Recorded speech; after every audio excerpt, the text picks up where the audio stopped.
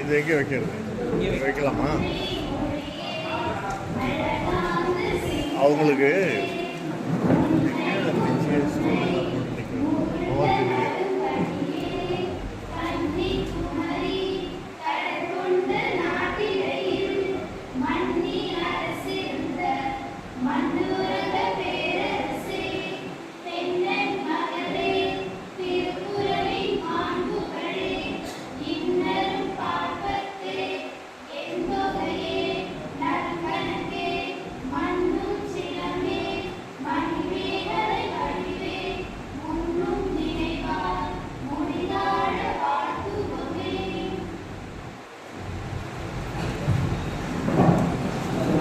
நன்றி.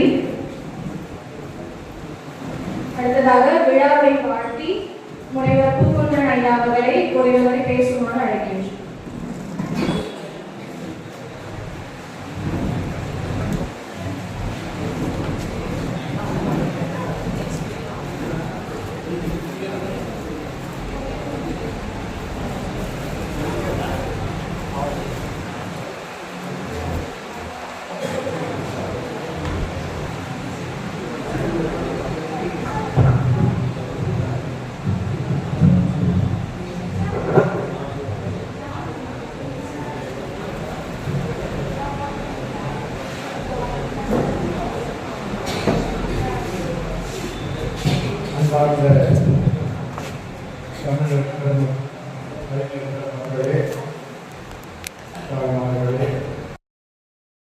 குழந்தைகளே, இந்த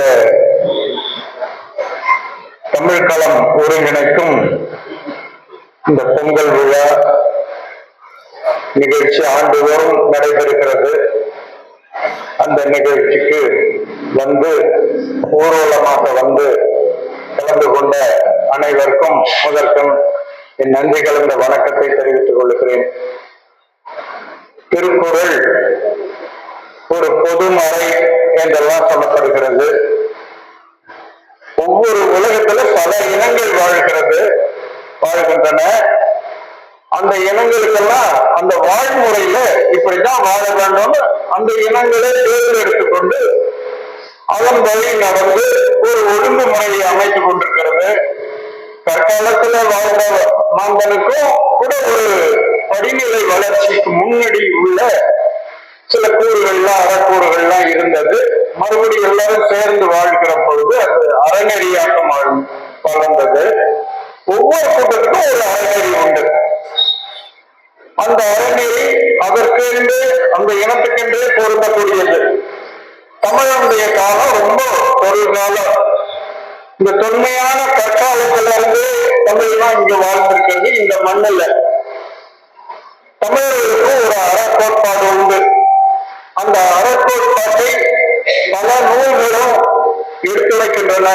அதுல முதன்மையாக இருக்கிறது திருக்குறள். அதுதான் நிறைய அறக்கூறுகளை உள்ளடக்கி ஒரு வரையறை செய்த ஒரு நூலாக நமக்கு கிடைக்கிறது. அதுவும் கூட மிக பிற்காலத்துல சில நூற்றாண்டுகளுக்கு முன்னாடி தான் திருக்குறள் நமக்கு கையில கிடைத்தது முழுமையாக. அதுவரை கழக இலக்கியங்கள் எல்லாம் அதை கையாண்டிருக்கின்றன, வரிகளாக கையாண்டிருக்கின்றன. இது திருக்குறள் இப்படி சொல்லுது, திருக்குறள் கருத்து இப்படி எல்லாம் அது ஒவ்வொரு இடங்களிலையும் இடம்பெற்று கையாண்டு அதை விளக்குகின்றன. ஆனா முழுமையான குறள் நமக்கு கிடைக்கல. ரொம்ப மிக பிற்காலத்துல ஒரு 300 ஆண்டுகளுக்குள்ள 200 ஆண்டுகளுக்கு உள்ள அப்ரஹாம் பண்டிதர், அயோத்திதாச பண்டிதர், அயோத்திதாச பண்டிதருடைய தாத்தா கந்தப்பன் அவர்கள் தான் அதை வெளிக்கொண்டு வந்தார். அதை எல்லிஸ் கையில கிடைத்தது. இந்த நாம சொல்லுகிற ஒவ்வொரு உலகத்துல இருக்கிற பல இனங்களிலையும் இருக்கிற அறங்களை எல்லாம் வீழ்த்திட்டு பல மத கோட்பாடுகள் உலகமெங்கும் பரவ தொடங்கியது. அந்த பரவ தொடங்கினதுல கிறிஸ்துவ மதம், இஸ்லாமிய மதம், புத்த மதம் என்கிறதெல்லாம் அந்த அறங்களை எல்லாத்தையும் வீழ்த்திட்டு அந்த அறங்களை திணித்துட்டது போலதான். இந்த தமிழுடைய அறம் இப்ப கிறிஸ்துவ அரசெல்லாம் கிறிஸ்துவ மதத்துக்கு ஒரு தலைவர் இருப்பார், அவர் சொல்லுகிறது தான் உலகமே கேட்கும். இஸ்லாமிய மதத்துல ஒரு தலைவர் இருப்பார், அவர் சொல்லுகிறது தான் உலகமே கேட்கும். புத்த மதத்துல அந்தந்த நாட்டுக்கு தகுந்தது போல ஒரு தலைவர்கள் இருப்பாங்க, மத தலைவர்கள். இங்க யாரும் தமிழ்நாட்டுல ஒரு தலைவர்லாம் இல்லை, அறிஞர்கள் தான் தலைவர்கள். அவங்க காலத்துக்கு தகுந்தது போல இந்த எல்லா காலத்துக்கும் பொருந்தக்கூடியதாகவும் மாந்தனுடைய நெறியை ஒழுங்குபடுத்துவதுமாக இருக்கிற ஒரு நூல் திருக்குறள். இந்த திருக்குறள் இங்கே எல்லாம் பரவி அவங்களும் பின்பற்ற தொடங்கிட்டாங்க. தொடங்கின பிறகு இது பலருக்கும் கிடைக்கல. எல்லிஸ் அவர்கள் என்ன பண்ணாங்க, அவருடைய கந்தப்பெண் என்கிறவருடைய வீட்டிலிருந்து கிடைத்ததாக கூறப்பட்டதா, இதைத்தான் நான் தேடிக்கொண்டிருந்தேன் அப்படின்னு சொல்லி வாங்கி படித்தார். அவர் முழுவதுமாக படித்தது மட்டும் இல்லாமல் வெளியிட்டார். வெளியிட்டது மட்டும் இல்லாத அவரை பெரிய அளவுல பரப்பினார். தமிழ்நாட்டுல முதல்ல பரப்பினவர் தமிழில் ஒரு அதிகாரி, ஆங்கில அதிகாரி. இவர்கள்லாம் மதம் பரப்ப வந்தவர்களும் ஆங்கில அதிகாரிகளுமாக இருந்தவர்கள் தான் திருக்குறளை உறுதியாக உலகமெங்கும் பரப்பினார். அவர் ஊரெல்லாம் எழுதி வைத்தார். இங்க சென்னையில அந்த காலத்துல தண்ணீர் பஞ்சம் இருந்தது. அந்த தண்ணீர் பஞ்சத்துல 7 கிணறுகளை வெட்டினார், பெரிய பெரிய கிணறுகளை வெட்டினார். அந்த எல்லிஸ் அதிகாரியா இருந்த போது அந்த கிணற்றுல அந்த சுவர்ல திருக்குறளை எழுதி வைத்தார், உரையும் எழுதி வைத்தார்.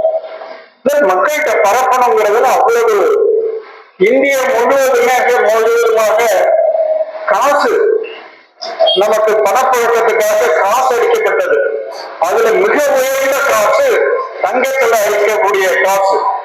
அந்த தங்கத்துல அடிக்கக்கூடிய காசுல திருவள்ளுவர் படத்தை பொறித்தார், திருவள்ளுடைய உருவத்தை பொறித்தார்.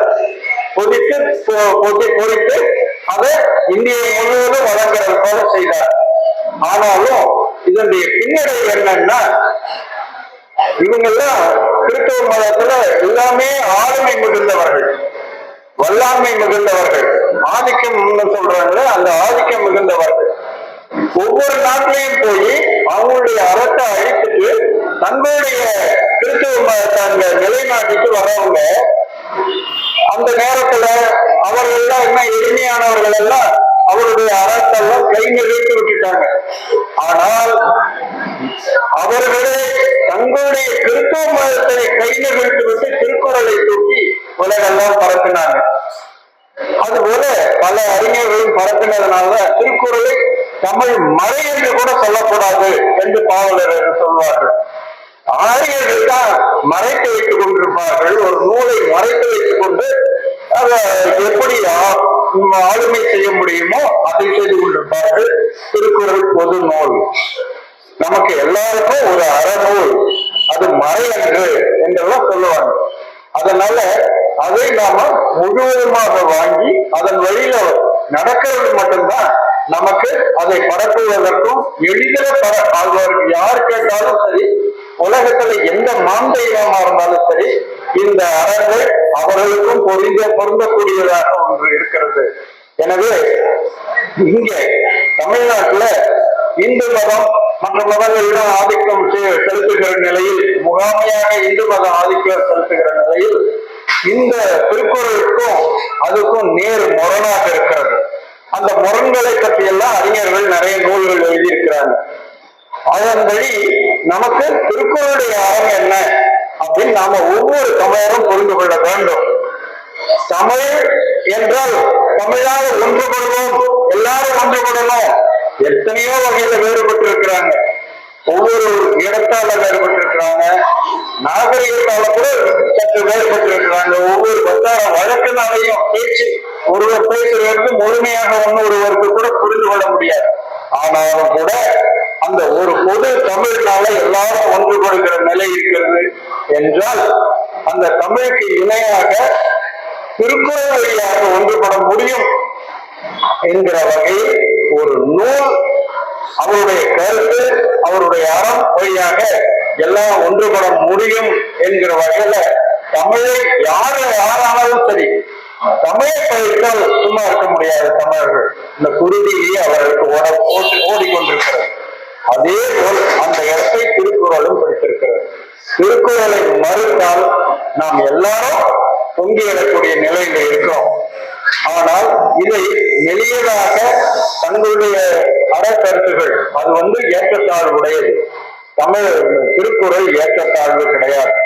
மக்களிடம் ஏற்றத்தாழ்வை கற்பிக்காத சமன்மையை வலியுறுத்துவது என்ற வகையில் திருக்குறளை நாம் படிக்க வேண்டும், கற்க வேண்டும். எதற்கெடுத்தாலும் திருக்குறளை பயன்படுத்துகிற போக்கு நம்மிடம் இருக்க வேண்டும் என்கிற நிலையில் நாம் எல்லாம் திருக்குறளை கொண்டாடுவோம். இதை திருக்குறள் நமக்கு மதம், ஒரு மதம். திருக்குறள் தான் நமக்கு மதம். என்ன மதம்? ஒரு கொள்கையை பின்பற்றினால் அது மதம்.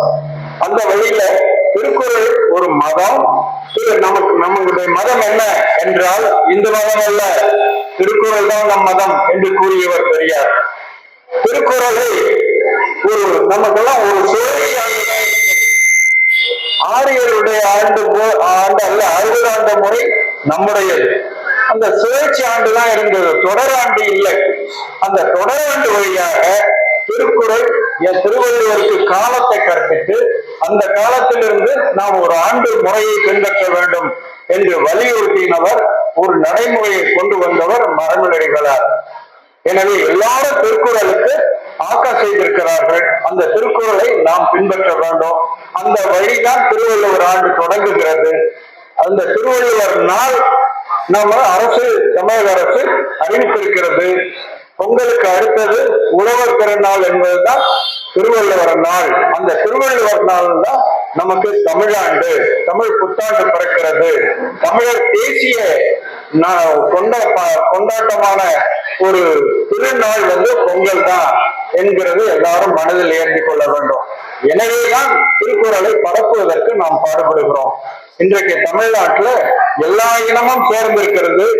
தமிழர்கள் அதை போற்றுக் கொள்ள வேண்டும். அதன் வழியாக வந்தவர்கள் எல்லாருக்கும் அந்த திருக்குறளை அவர்களுக்கு படிக்குமாறும் அதை பரப்புமாறு செய்ய வேண்டும் என்று இந்த நாளில் நாம் முடிவெடுத்துக் கொள்வோம் என்று நீங்கள்லாம் மனதில் ஏந்தி கொள்ள வேண்டும் என்ற அந்த கருத்தை மட்டும் உங்களிடம் பதித்து விடைபெறுகிறேன். வணக்கம்.